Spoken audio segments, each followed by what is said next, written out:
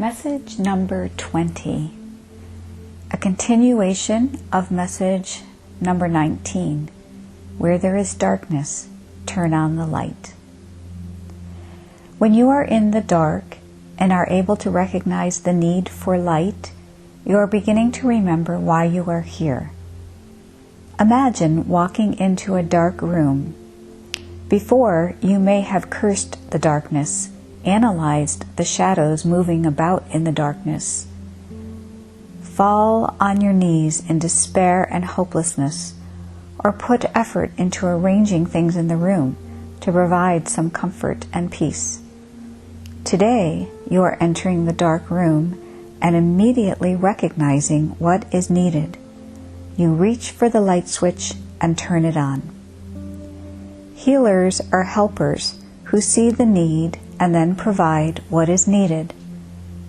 What helps you become true healers is your efforts to acknowledge your own need for light when encountering your shadows of disbelief.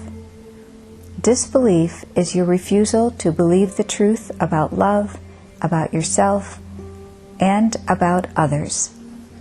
When refusal has been replaced with acceptance, your shadows disappear, because you have accepted the light. Only when you have been willing to enter your own darkened room can you know that there is nothing to fear when you are in the dark. If you fear the darkness, you will demand that others hide their own darkness or judge the darkness instead of remembering for them that light is needed and turn on the light. The time has come for you to remember why you are here and to strive to fulfill your mission on earth. Many are waking up to the realization that they are in a dark room.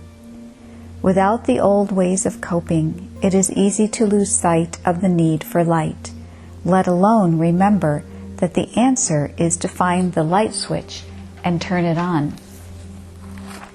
In the previous message, we gave you the visualization from your dream to aid you in remembering the need for light. We also instructed you on how to restore light. Let us remind you again, it is the energy of love, joy, and peace that gives you what you need to accomplish this task. It is only possible for you to take on your role as a helper in the great crusade to restore light because of your previous commitment to acknowledge your own shadows and reach for the light. If those who are listening find themselves immersed in shadows, you are only asked to remember the need for light. Make a little effort to reach for the light switch by asking for our help. We will bring you an earth angel to help you. Do not set your sights on achieving the grand finale of enlightenment. Look for the ways we are helping you now. Light is not just a visual or energetic experience. It can be a gesture of kindness, a word or hug from a friend, a resolution of a disagreement, the fulfilling of an earthly need. Within each form is a spark of light entering the darkness.